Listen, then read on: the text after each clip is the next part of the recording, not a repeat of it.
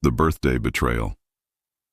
The chocolate cake sat in the center of the dining table like a beautiful lie. 28 candles flickered against the rich frosting, casting dancing shadows across the faces gathered around. Maya Rodriguez stood frozen, her hands clasped together, watching her mother Helen arrange plates with mechanical precision. This was supposed to be her day, her 28th birthday. But the knot forming in her stomach told her something was terribly wrong. The living room of the Rodriguez house buzzed with uncomfortable energy. Aunt Carmen sat stiffly on the edge of the sofa, her eyes darting between Maya and Helen. Lily Chen, Maya's best friend since college, squeezed her hand under the table. Derek, Maya's stepbrother, lounged against the doorframe with that familiar smirk playing on his lips. Helen cleared her throat, and the room fell silent. She wore her best pearls, the ones Maya's father had given her before he died 5 years ago. The irony wasn't lost on Maya. Her father would have hated what this family had become. "Before we cut the cake," Helen announced, her voice carrying that false sweetness Maya had learned to recognize over the years, "I think we need to address something important." Maya's heart began to pound. This wasn't how birthday celebrations were supposed to start. Lily's grip on her hand tightened. "Derek has some wonderful news to share," Helen continued, gesturing to her stepson with pride that she'd never quite shown Maya. "He's been accepted into the executive training program at Henderson Financial. This is a huge accomplishment." Polite applause rippled through the room. Maya clapped mechanically, confusion mixing with growing dread. What did Derek's job news have to do with her birthday? Robert, Maya's stepfather, stood up and placed his hand on Derek's shoulder. "We're incredibly proud of him.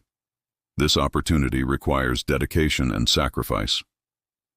"Which is why," Helen said, turning to face Maya directly, "your stepbrother deserves this cake more than you do. He's actually achieved something worth celebrating." The words hung in the air like poison gas. Maya felt the blood drain from her face. Around the table, reactions varied from shocked gasps to uncomfortable silence.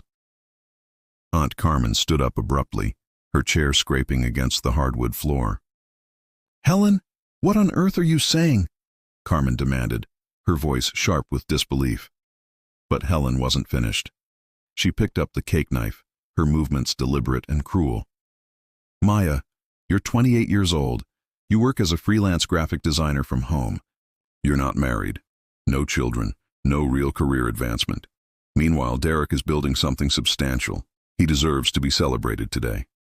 Maya found her voice, though it came out smaller than she intended. "Mom, this is my birthday. Dad always made sure my birthday was special. Your father spoiled you," Helen snapped, her mask of pleasantness cracking completely. "He filled your head with unrealistic dreams about art and creativity. Look where that got you. Still living in that tiny apartment, barely making rent some months." Derek pushed off from the doorframe, thoroughly enjoying the spectacle. "Come on, Mom. Don't be too harsh. I'm sure Maya's coloring book projects are very fulfilling." Laughter. Robert actually laughed. That's what broke something inside Maya. Not just the cruelty of the words, but the fact that her stepfather found her humiliation entertaining. Lily stood up, her face flushed with anger. "This is absolutely disgusting. Maya, we're leaving." But Maya remained seated, staring at the cake that was supposed to be hers. 28 candles slowly melting, wax beginning to drip onto the frosting. A perfect metaphor for this moment, she thought distantly. "I planned this party for weeks," Maya said quietly, her voice gaining strength with each word. "I sent out invitations. I ordered this cake from the bakery Dad used to take me to every birthday. I bought decorations. I made a playlist of songs that reminded me of good times with this family." Helen waved her hand dismissively. "Oh, stop being so dramatic. You can have a cake any day. Derek's achievement is time-sensitive. The training program starts next week, and we need to celebrate him properly." "Then throw him a party," Aunt Carmen interjected, her voice icy. "On a different day. This is cruel, Helen, even for you." Maya stood slowly, her legs shaking, but her resolve hardening with each passing second. She looked around the room at the faces of people she'd called family. Robert, who'd married her mother 3 years after her father's death and immediately began prioritizing his own son above her. Derek, who'd moved into what used to be her father's study and treated her like an inconvenient roommate rather than a stepsister. And Helen, her own mother, who'd somehow transformed from the woman who used to braid her hair and read her bedtime stories into this stranger who valued status and achievement over her own daughter's dignity. "You know what the saddest part is?" Maya said, her voice steady despite the tears threatening to spill. "Dad left me something. A trust fund that matured when I turned 28. Today, actually. I wasn't going to mention it because I wanted tonight to be about family, not money." Helen's expression shifted slightly, a flicker of interest breaking through her disdain. "The lawyers contacted me last week," Maya continued. "Dad had been investing in tech stocks since I was born. The trust is worth $1.7 million. The room fell completely silent. Even Derek's smirk faltered. "I came here tonight planning to share that news and maybe, just maybe, help out this family that's been struggling since Robert's business hit rough patches." Maya picked up her purse, her hands no longer shaking. "I was going to offer to help with Derek's student loans, with the mortgage payments on this house, maybe even invest in Robert's company relaunch." Helen's face had gone pale. "Maya, sweetheart, I think there's been a misunderstanding." "No misunderstanding, Mom." Maya pulled out her phone and held up an email. "I also have messages here from the last 6 months. Derek asking to borrow money for his car payment. You asking for help with property taxes. Robert requesting a loan for his business expenses. I helped every single time, even when it meant I struggled." She walked toward the door, Lily and Aunt Carmen flanking her immediately. "Happy birthday to me, I guess. Enjoy the cake. Consider it my last gift to this family." "Maya, wait." Helen rushed forward, but Maya held up her hand. "I'm done waiting, Mom. I waited for you to choose me after Dad died. I waited for you to stand up for me when Derek and Robert made me feel like an outsider in my own family. I waited for one birthday, just one, where I could feel like I mattered."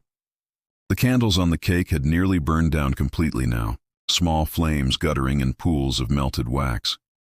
Maya paused at the doorway and looked back one final time. Dad always said family isn't about blood. It's about who shows up, who fights for you, who makes you feel valued. She glanced at Aunt Carmen and Lily, both women who'd stood by her without hesitation. "I finally understand what he meant. Real family is standing right here beside me. The rest of you are just people I used to know." She walked out into the cool evening air, leaving behind the house where she'd grown up, the family that had slowly poisoned itself with favoritism and cruelty, and the girl who would accept being treated as less than she deserved. The door closed, behind her with a soft click, final as a period at the end of a sentence. Inside, she could hear raised voices beginning to argue. Outside, under the stars her father had taught her to name, Maya Rodriguez took her first breath as someone who finally understood her own worth. Aunt Carmen wrapped an arm around her shoulders. "Your father would be so proud of you right now." Lily was already pulling up a rideshare app on her phone. "My place or yours? Either way, we're getting the biggest, most expensive cake we can find, and we're celebrating you properly." Maya smiled, real and genuine, for the first time all evening. "Actually, I have a better idea. Let's go to that bakery Dad used to take me to. I want to order a cake that's just for us. No hidden agendas, no cruel commentary, just people who actually love me." As they walked toward the waiting car, Maya didn't look back at the house. She didn't need to. That chapter of her life was over. Tomorrow she'd meet with the lawyers about the trust fund. She'd start planning the future her father had wanted for her, free from people who saw her as less than. Tonight, though, she'd celebrate with her real family, the ones who chose to stand beside her when it mattered most, the ones who understood that some cakes are meant to be shared with love, not used as weapons of humiliation. The Revelation and Redemption, the law offices of Warren and Associates, occupied the 15th floor of a glass tower in downtown. Maya sat in the leather chair across from Attorney James Warren, her hands folded in her lap. Aunt Carmen had insisted on coming along, and Maya was grateful for the support. James Warren was a distinguished man in his 60s with kind eyes that reminded Maya achingly of her father. He'd been her dad's closest friend since college and the executor of his estate. "Maya, I'm so glad you finally came in," James said, sliding a thick folder across his mahogany desk. "Your father left very specific instructions about when and how this information should be shared with you." Maya opened the folder, her heart already racing. The first page was a handwritten letter in her father's familiar script. Seeing his handwriting again after 5 years felt like a punch to the chest. "My dearest Maya Bird," the letter began, using the nickname he'd given her as a child. "If you're reading this, then you've turned 28 and I'm no longer there to celebrate with you. I'm sorry I can't be there in person, but I hope this letter helps you understand how much I love you and how carefully I've tried to protect your future." Tears blurred Maya's vision, but she continued reading. "I knew when I married Helen that she came with complications. She was grieving her first husband, and I believed love and time could heal those wounds. I was wrong about many things, Maya, but I was never wrong about you. You are the greatest joy of my life, and watching you grow into a compassionate, creative, talented woman has been my proudest achievement." Maya had to pause, wiping her eyes with the tissue Aunt Carmen handed her. "I've watched how Helen treats you differently since I got sick, how she began pulling away from you and drawing closer to Robert and Derek after his business failed, and she felt she needed to protect them financially. I saw the favoritism developing, the subtle cruelty, the way she began making you feel less than. It broke my heart, but I was dying, and I couldn't fix it by force. So I fixed it the only way I could, through careful planning and legal protection." James cleared his throat gently. "Your father spent his last 2 years restructuring his entire estate. He was very thorough." Maya looked up from the letter. "What do you mean?" "Keep reading," James encouraged. "It's all explained." Her father's letter continued. "The trust fund I established for you when you were born has grown substantially. As of your 28th birthday, it's worth approximately $1.7 million. But that's only part of what I'm leaving you. Maya Bird." Maya's hands trembled as she turned the page. "The house you grew up in. The one Helen has been living in with Robert and Derek is not actually in Helen's name. I put it in an irrevocable trust with you as the sole beneficiary. The trust matures on your 28th birthday. Maya, you own the house. You always have. Helen has been living there as a trustee, with the understanding that upon your 28th birthday, the property transfers fully to you." "What?" Maya whispered, reading the words again to make sure she understood correctly. Aunt Carmen leaned over to read the letter herself, then let out a sharp laugh of disbelief. "Victor always said your father was the smartest man he knew.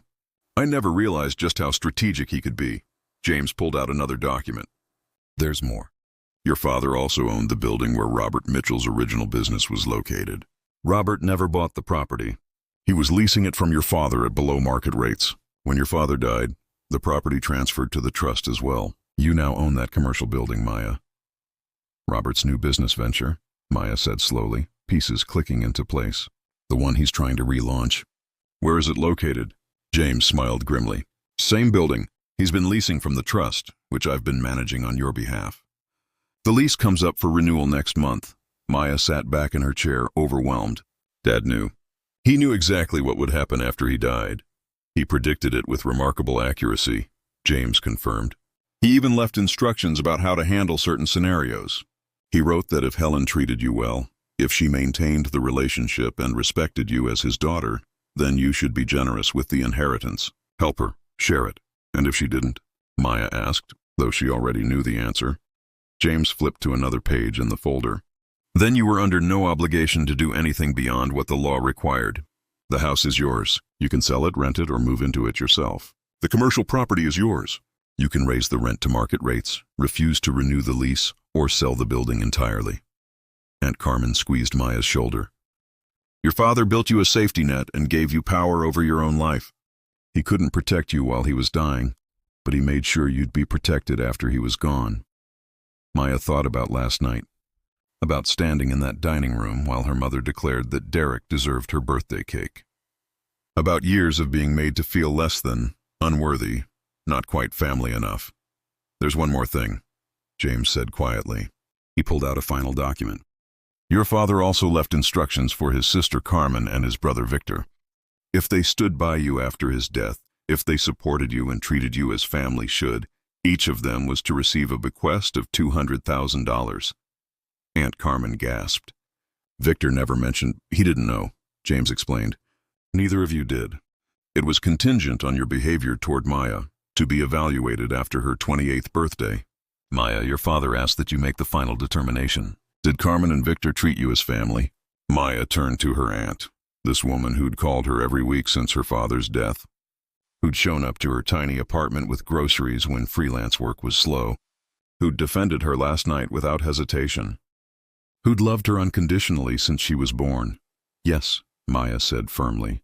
Aunt Carmen and Uncle Victor are my real family. They've always treated me that way. James made a note in his file. Then I'll process those bequests immediately. He looked at Maya seriously. Now we need to discuss what you want to do about the house and the commercial property. Maya thought about her mother's face last night. The dismissive wave of her hand. The way she'd valued Derek's mediocre achievement over Maya's existence. The years of accumulated hurt and casual cruelty. But she also thought about her father's words in the letter. About being compassionate. About being better than the bitterness that had consumed Helen. The house, Maya said slowly. I want to give Helen 30 days' notice. She needs to move out. James nodded, making notes. The commercial property is different, Maya continued. Robert's business failed because he made bad decisions, not because of lack of opportunity. Dad gave him below-market rent for years, and he still couldn't make it work. I want the lease brought to market rates effective immediately. If he can't afford it, he needs to find a new location. That's fair, James agreed. But, Maya added, I'm not doing this out of spite. I'm doing it because these people need to understand consequences. They need to learn that actions have repercussions. Maybe losing the house will wake Mom up. Maybe paying fair market rent will force Robert to actually run his business competently. Aunt Carmen smiled proudly. You sound just like your father. Strategic but not cruel. Fair but not a pushover. Maya stood up, feeling stronger than she had in years. When do we deliver the notice? I can have the papers drawn up by this afternoon, James said. Would you like me to serve them, or would you prefer to deliver them personally? Maya thought about it. Part of her wanted to see her mother's face when she realized the house she'd been treating as her own actually belonged to Maya. But another part, the part that sounded like her father's voice in her head, told her that some messages were better delivered officially. Have them served legally, Maya decided. Clean and professional, no drama. Wise choice, James approved. He stood and extended his hand. Your father would be incredibly proud of the woman you've become, Maya. He told me once that you had the biggest heart of anyone he'd ever known. He worried that people would take advantage of that kindness. That's why he built these protections. After leaving the law office, Maya and Aunt Carmen sat in a small cafe across the street. Carmen ordered them both coffee and pastries, though neither felt much like eating. How are you feeling? Carmen asked gently. Maya stirred her coffee absently. Like I've been living in a fog for 5 years and it's finally lifting. Like I can breathe for the first time since Dad died. What will you do now? Honestly? Maya laughed, surprised by the lightness she felt. I'm going to find an apartment with actual natural light for my design work. Maybe even a small house with a studio space. I'm going to invest in my business properly. Take on only the clients I actually want to work with, not just whoever pays. I'm going to build the life Dad wanted me to have. Carmen reached across the table and took Maya's hand. He used to tell me that you were his greatest masterpiece, not because of anything you did or achieved, but because of who you are. Kind and creative and resilient. I don't feel very resilient right now, Maya admitted. Mostly I feel sad. Sad that Mom chose this path. Sad that I couldn't have the family I wanted. But you do have family, Carmen reminded her. You have me and Victor. You have Lily. You have people who choose you every single day. Maya's phone buzzed. A text from an unknown number. She opened it cautiously. Maya, this is Derek. We need to talk about what happened last night. Mom is really upset. Can you call me? She showed the text to Carmen, who snorted. I bet they're upset. I bet they've been doing math all night, trying to figure out how to get access to your money. Another text came through. This one from her mother. Maya, sweetheart. I think we got off on the wrong foot last night. Why don't you come over for dinner tomorrow? Just us. We can talk properly. Maya set her phone down. They don't even know about the house yet. They're still trying to manipulate me based on just the trust fund. What are you going to tell them? Maya thought for a moment, then picked up her phone and typed a response to her mother. Mom, I don't think dinner is a good idea right now. I need some space to process what happened. I'll reach out when I'm ready. Short, polite, firm, final. To Derek, she simply wrote, There's nothing to discuss. Carmen raised her coffee cup. To new beginnings, to finding your voice, to honoring your father's love by living the life he dreamed for you. Maya clinked her cup against Carmen's. To real family, the kind that chooses you back. 3 days later, Maya sat in her apartment when her phone exploded with calls. First Helen, then Robert, then Derek. She let them all go to voicemail. Finally, a text from her mother came through. All pretense of sweetness gone. How dare you try to take our house? After everything we've done for you, your father would be ashamed. Maya smiled sadly and typed back one final message. Dad isn't ashamed. He planned this. The house was always mine. You had 5 years to treat me like family, and you chose differently. These are the consequences of your choices. I hope someday you understand that. She blocked all 3 numbers after that. That evening, Uncle Victor called. Carmen told me everything. Maya, I'm so sorry you went through all this, but I'm so proud of how you're handling it. Thanks, Uncle Victor. James Warren mentioned that Dad left something for you and Aunt Carmen, too. There was a long pause. He did what?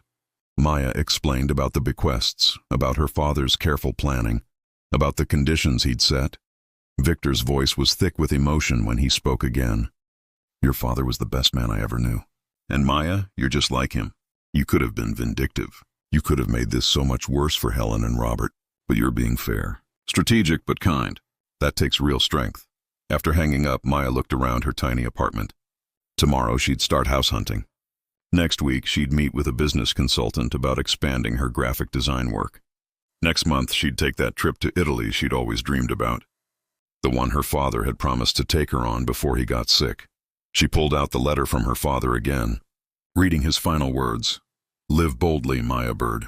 Chase your dreams. Surround yourself with people who celebrate you, not just tolerate you. And remember, the best revenge isn't cruelty. It's building a beautiful life and being happy despite those who tried to make you small. I love you forever. Dad. Maya folded the letter carefully and placed it back in its envelope. Then she opened her laptop and began designing. Not for a client, not for money, just for the pure joy of creation, the thing her father had always encouraged. She designed a logo for her own expanded business, Maya Rodriguez Creative Studio. Bold, professional, confident. The woman who'd stood in her mother's dining room accepting humiliation was gone. In her place was someone who finally understood her own worth. Protected by a father's love that extended beyond death, supported by family who chose her freely, and ready to build the life she deserved. The birthday cake might have been taken away, but Maya had gained something far more valuable. Her freedom, her power, and her future, all gifts from a father who'd loved her enough to plan for her happiness even after he was gone. Outside her window, the city lights twinkled like stars.